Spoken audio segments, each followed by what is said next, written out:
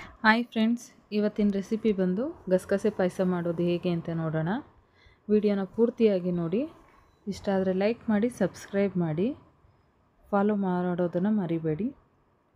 ಮೊದಲಿಗೆ ಅಕ್ಕಿ ಮತ್ತು ಗಸಗಸೆ ಎರಡನ್ನೂ ಒಂದು ಸಮ ಪ್ರಮಾಣದಲ್ಲಿ ಕಪ್ಪಲ್ಲಿ ತಗೊಂಡು ಚೆನ್ನಾಗಿ ಹುರ್ಕೋಬೇಕು. ಗಸಗಸೆ ಚಿಟಪಟ ಅನ್ನೋವರೆಗೂ ಹುರಿಬೇಕು.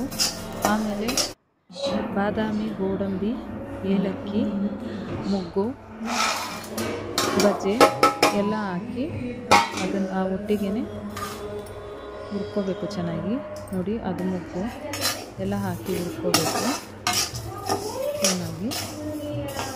ಇದನ್ನು ಮನೇಲಿ ಮಾಡಿ ವಾರಕ್ಕೊಮ್ಮೆ ಕುಡಿಯೋದ್ರಿಂದ ಹೆಲ್ತಿಗೂ ತುಂಬ ಒಳ್ಳೆಯದು. ದೊಡ್ಡವರು ಎಲ್ಲರೂ ಇಷ್ಟಪಟ್ಟು ಕುಡಿತಾರೆ.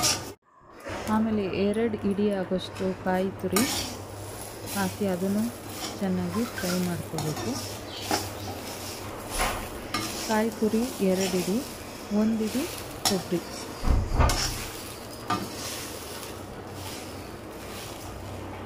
ಚೆನ್ನಾಗಿ ಎಲ್ಲ ಹುರ್ಕೊಂಡಾದಮೇಲೆ ತಣ್ಣಗಾಗೋವರೆಗೂ ಬಿಟ್ಟು ಮಿಕ್ಸಿ ಜಾರಲ್ಲಿ ಹಾಕಿ ನುಣ್ಣಗೆ ಫೈನ್ ಪೇಸ್ಟ್ ಆಗೋವರೆಗೂ ಚೆನ್ನಾಗಿ ಹುರ್ಕೋಬೇಕು.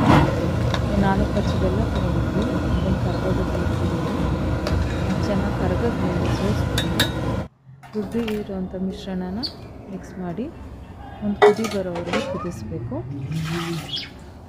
ಕುದಿ ಕುದ್ಮೇಲೆ ಚೆನ್ನಾಗಿ ಅದನ್ನು ಕೈ ಆಡಿಸ್ತಾ ಇರಬೇಕು, ಇಲ್ಲಾಂದರೆ ಕೆಳ ಹಾಕಬೇಕು. ಕೈ ಆಡಿಸಿಲ್ಲ ಅಂದರೆ ಚೆನ್ನಾಗಿ ತಿರುಗಿಸ್ತಾನೆ ಇರಬೇಕು. 2 ಸೆಕೆಂಡ್ ಬಿಟ್ಟು ಫ್ರೈ ಮಾಡಬೇಕು. ಎಲ್ಲ ಮಿಕ್ಸ್ ಆದಮೇಲೆ ಒಂದು ಕುದಿ ಬಂದಮೇಲೆ ಸ್ಟವ್ ಆಫ್ ಮಾಡಿ ಗಸಗಸೆ ಪಾಯಸ ರೆಡಿಯಾಗಿರುತ್ತೆ. ಒಂದ್ಸಲಿ ಮನೇಲಿ ಟ್ರೈ ಮಾಡಿ ಹೇಗಿದೆ ಅಂತ ಕಮೆಂಟ್ ಮಾಡಿ. Thank you for watching.